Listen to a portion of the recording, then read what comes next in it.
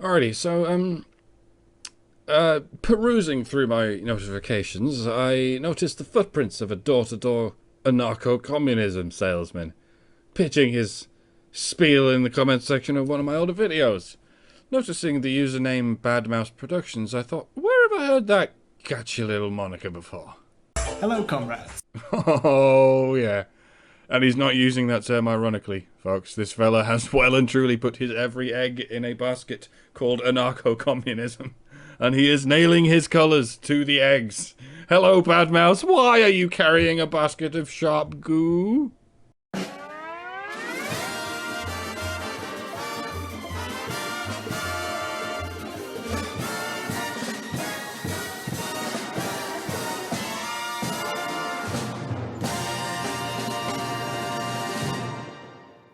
So let's talk about choice. I know this video is like 3 months old now, but I had to pick something.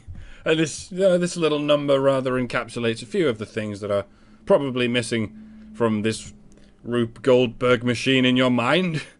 Instead of producing a reliable stream of logical marbles from the far side of the room, it is spitting out pellets of putrefying rodent offal that it picked up in Stuttgart somehow. Suppose that's how you got your name. You're not paying attention, are you? Now, we all have choice, don't we? We all have freedom. Yes, I noticed you listed them synonymously there. We all have the ability to do whatever we want in our lives. To a reasonable degree. Do you understand the concept of only getting what you want to a reasonable degree? That if you get absolutely everything you want whenever you want it, then you may as well not be alive. You may as well be a manically depressed godhead floating through a world of damp nothing for the Googleplex factorial time. You want to live forever, don't you, Bad Mouse?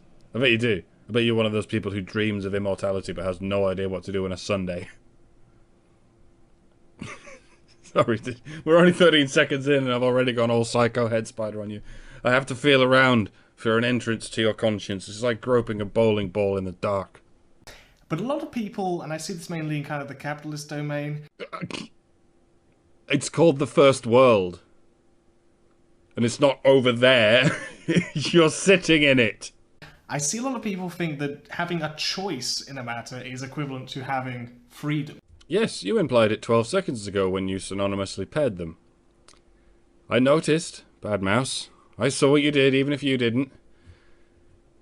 See, Teal'c's approach is very macroscopic. He's like Atlas. You know, say something to him and he'd be like, okay, see this internet thing? If you look here and here and here and here and correlate it with here, here, here and here and here, blah, there's your problem. Whereas I have a somewhat more micro-expressive approach. Every time your eyebrow twitches when it shouldn't, or you fluff a certain syntax in a key area, I will be there to notice not just how you are wrong, but why. Yeah, it's because you're saying things wrong in your head. I'm by no means accusing you of thought crime, but it's quite clear to me already that the way you phrase things in your head is where you're going wrong. You've already bamboozled yourself into a gravity well of wrong before you've even spoken. It's this ongoing sentiment that as long as people have the ability to do something without being jailed or hanged... Small point, but I wouldn't call that a sentiment. I'd call it a system of law and order. And as long as they have the potential to have the same opportunities as everyone else, then they're as free as anybody. Ah, well, I've had enough everlasting arguments about the nature of free will to know that the concept of potential is a very shapeless, malleable, and adherent term that frequently results in a vicious program loop. And that is probably the wad of chewing gum on which you are erecting your argument, sir. But I would say that having choice in a matter is not the same as having freedom. Okay, so we've done a quick sort of baby horseshoe there, from choice semicolon freedom to choice does not equal freedom. Along the way you said, we all want the thing I'm talking about, and then you denounced capitalism and exorcised it from your personal bubble. And we've wound up back on the matter of choice stroke freedom stroke potential. And as you land, you thrust your sword into it in a valiant effort to leave it cleft. This is where most people would refer to the dictionary, but I'm not like the other boys. I don't look for answers, I look for patterns. Now, you may have three completely different definitions for how the words choice, freedom, and potential work.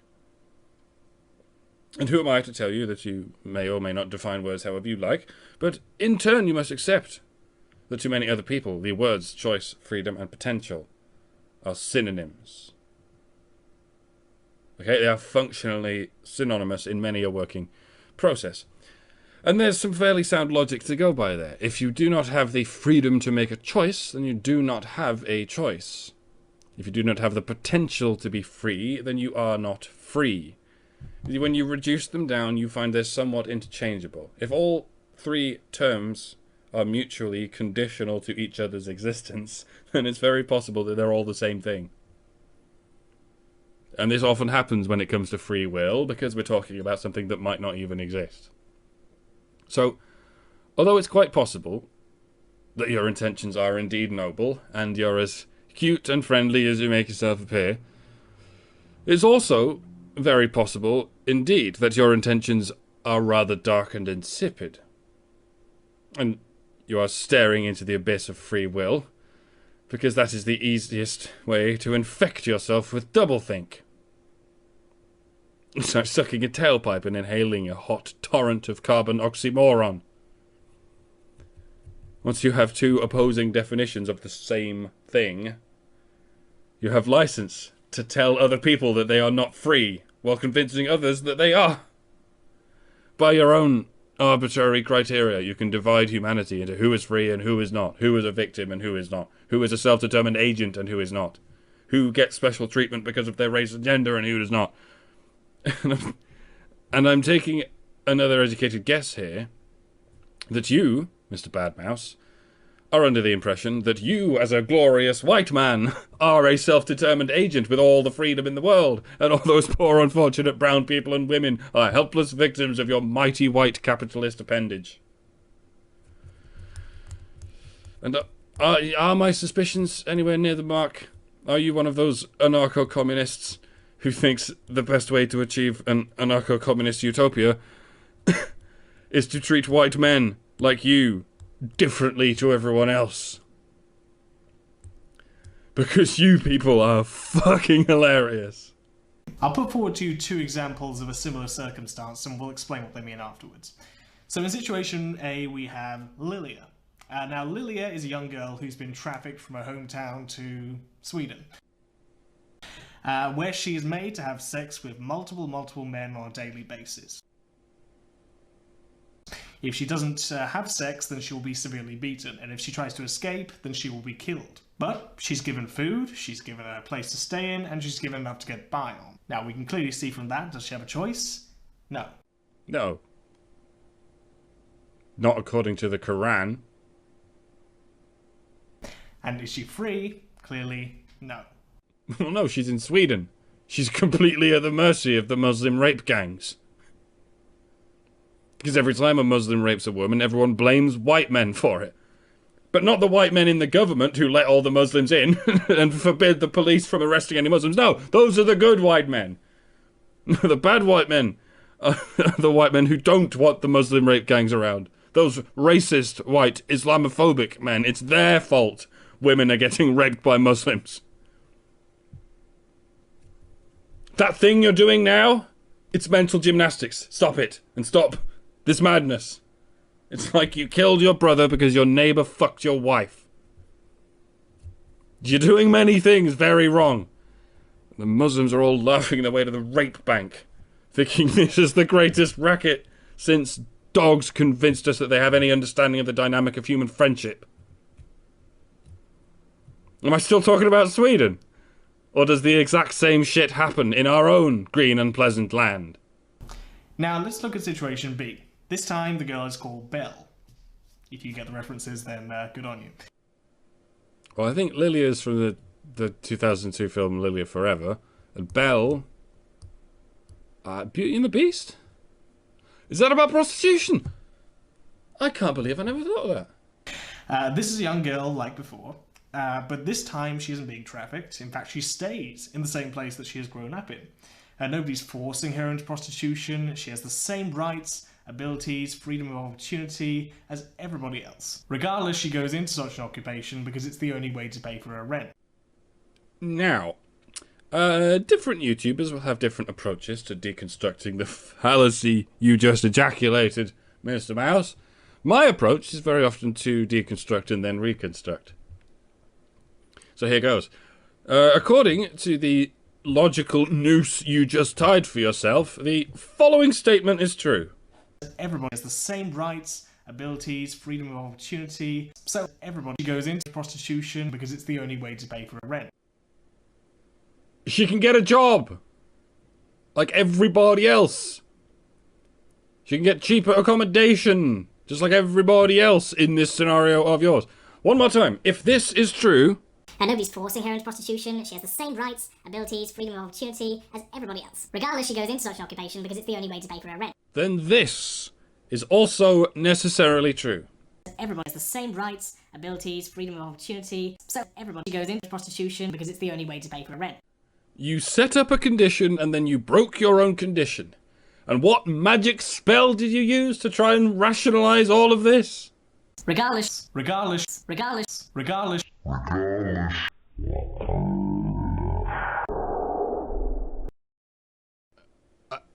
Intrigued as I am to partake in whatever you're smoking, sir, I must confess, regardless does not have the integrity I'm looking for in a philosophical linchpin. And ironically, I think what you should have said there, in context and in correct usage, is irregardless. Most people just play around with self-contradictory nonsense, but you really bring it to life. Now, unlike Lilia, Belle has the opportunity to sleep with any kind of man that she wants. Are you all reading the thing in the corner? Look, dude, I understand you being corrective about the wording, but the only quote anyone needs to mine here is capitalists will quote mine every word I say. Well, it's, it's the kind of thing I'd say about feminists, but, by feminist I mean everyone who is a feminist. By capitalist, you mean everyone who is not a communist, don't you? Everyone who is not an anarcho-communist of the same leaning as you. I think you might be casting the net too wide, is all. But for the most part, this is meaningless because her finances matter more. Okay. Interesting theory. And 90% of the men that she sleeps with aren't the type of people that she'd want to. Alright, we'll put a pin in that as well. But she does so because she needs to pay for her rent. Are we still talking about prostitutes? Or are we talking about what college girls do instead of paying rent? She can at any point decide to not continue her line of work and get something that's more suited. However, nobody will give her this opportunity because that is dictated by those higher up. Okay, so she's unable to get a job, and it's not because of the state of the job market, it's not because of any geographical limitations or any emergent property of society, it's because there are people high up taking these choices away from her.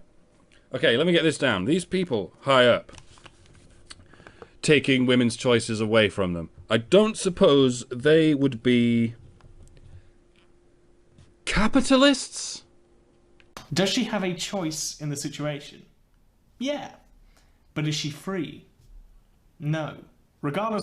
You really don't give a fuck, do you? I'm glad you're here, actually. This is a succinct demonstration of how doublethink works. Step 1. Does she have a choice? Yes. Step 2. Women are victims of the system, so let's give choice another name and another set of criteria. Step 3. Does she have a choice? No. Step 4. La la la la la la la la la la la la. Regardless of whether or not she had the power in the situation, she had the power to turn the men down, I think that's pretty meaningless when her only other option would be to starve to death. Starve to death. Alright, I've got almost enough information now. Have you heard of Maslow's hierarchy of needs? Keep it in mind, we'll be coming back to it. This is the illusion of freedom, the idea that so long as nobody is forcing you by laws or policies into a certain situation, that therefore you have complete freedom. So long as nobody's forcing you by laws or policies. Excellent. Yeah, no, this is more than enough.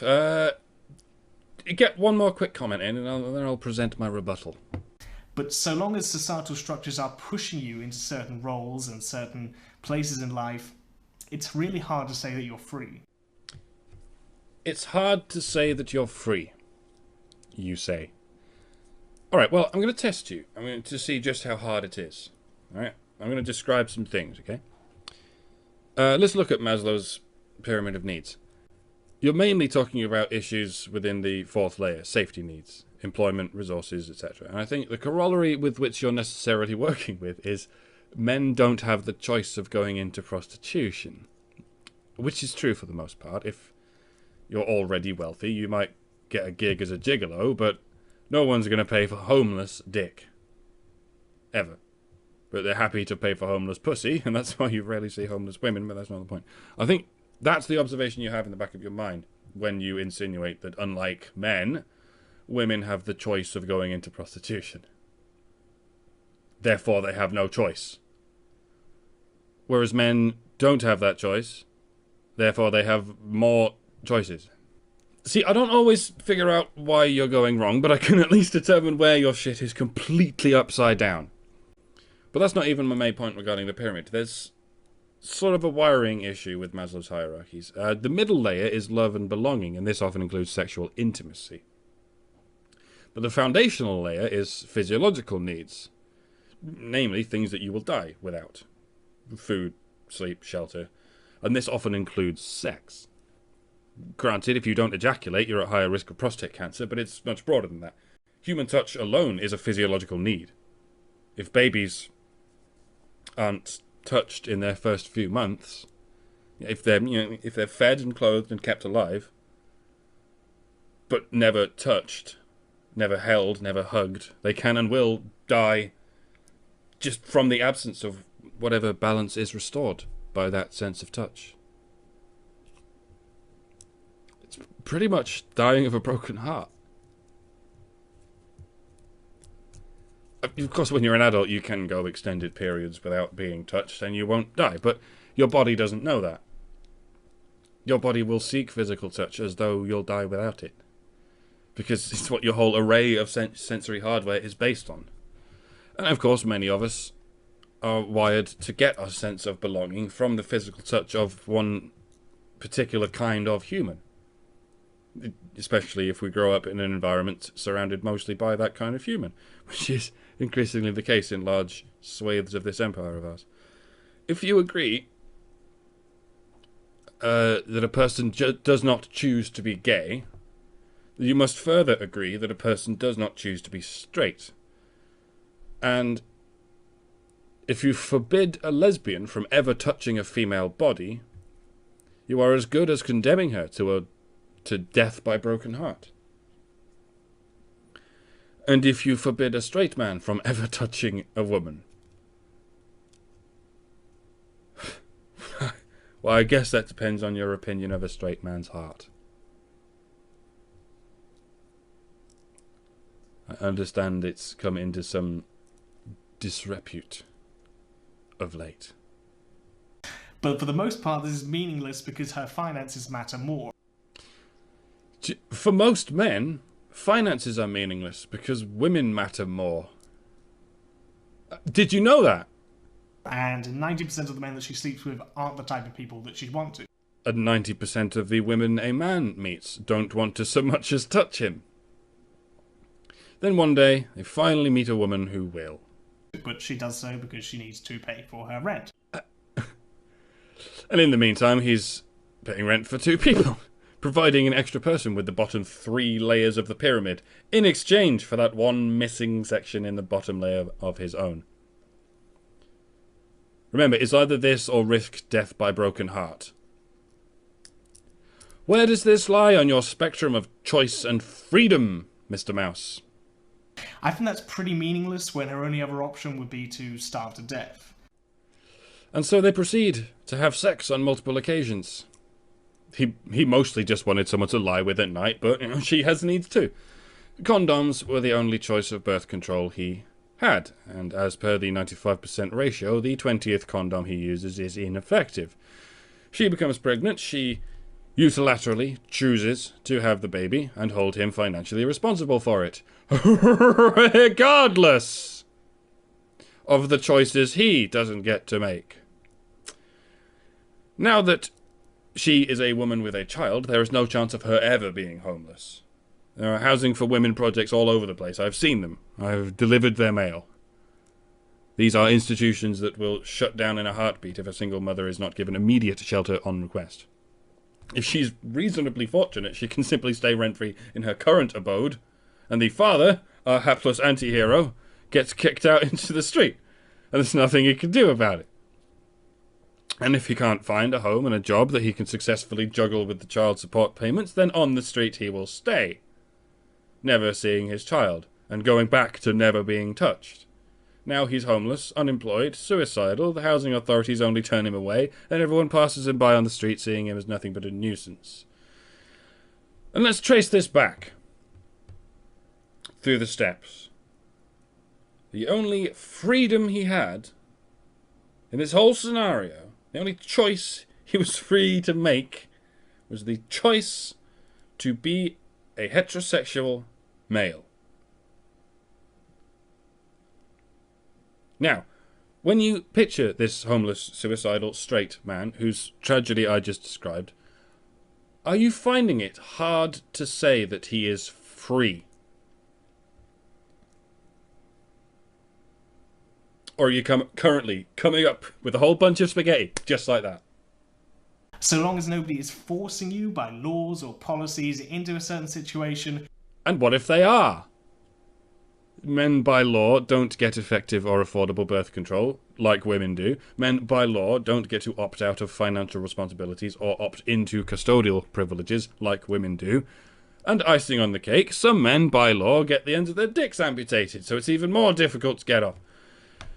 You'll notice you had to say, basically, women as a group are victims even when laws and policies are not to their detriment. And I bet you're just as ready to say men as a group are not victims even when laws and policies are to their detriment. You see, I don't care if you're an anarcho-communist. I don't care what label you eventually land on. My issue is the erratic weaving and bobbing you do to get there. If you're absolving women of their responsibilities and heaping them on men's shoulders as though that's just how we do things around here, then whichever field of politics into which you eventually descend is only going to be smeared and disreputed by your presence there. Because before you even decided to put all of your eggs in this basket and then try and nail them all firmly into place, you forgot to check where you got the eggs from and how inedibly rotten they already are. You got these eggs from yourself because you have a giant spider up your ass. And this is what needs to be challenged in our society. It cannot simply be a matter of having a choice. You also need to remove coercion both directly and structurally in order to make way for freedom. And until you could snap out of this dream world where everyone is being coerced except straight men like you, where women are victims of their own choices and men are responsible for them, you're never going to challenge anything. You're going to carry on being coerced into upholding the same status quo that has been upheld for millennia now. If somebody is richer than another person, then they're going to have far more better opportunities than someone who is lower down the food chain. And as long as you're pretending women are synonymous with the poor and men are synonymous with the rich, you're going to keep siphoning money into the rich through the women and out of the poor through the men. You're compelled to act as though rich women and poor men don't exist. So that's where they build the pipeline, you fucking moron. A chimney sweeper's children is obviously not going to have the same opportunities as the children of a CEO of a big company. And this is what needs to be challenged in our society. That's what you think the problem is? That you can't just go from chimney sweep to CEO? That you have to go through the intermediate stages of chimney administrator, chimney regional line manager, a chimney sweep small business owner, and if you succeed you get to afford your children better opportunities than a chimney sweep. That's the problem we need to sort out. Santa brings better gifts to rich kids. I mean, yes, arguably that is a problem, but only if you believe in Santa. That we don't want equality. Right. Make way for a system that provides for those in need and allows everybody to fulfill their own outcome. Meanwhile, you're ignoring the complete dismemberment of our legal system in the name of fanatical gender ideology. You're quite on board with the fanatical gender ideology because you're an anarchist. And that's what anarchists fight for, equality of outcome. Yeah, see, I'm trying to branch out a bit, do some broader politics from time to time. I do responses to things when those things are obviously wrong. And with broad politics, I find it hard to tell when something's obviously wrong, except in rare cases of unfettered silliness like this and here. And, the gender ideology almost always accompanies this stuff. It's often the linchpin of pure wrong that is holding the spaghetti sculpture in place. And if we could just pull out the pin, maybe the fog of spaghetti will clear up a bit. We can hope, we can dream, we can ponder, we can make arses of ourselves and build fan bases of people who like us being arseholes. Each to their own. Each according to his ability. To each according to his need.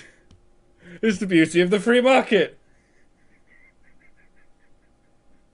Do you see what I'm doing there? Do you see what anyone's doing anyway? The mirror molecule of your disease is also a disease. And I feel sick. Goodbye. Fuck everyone equally.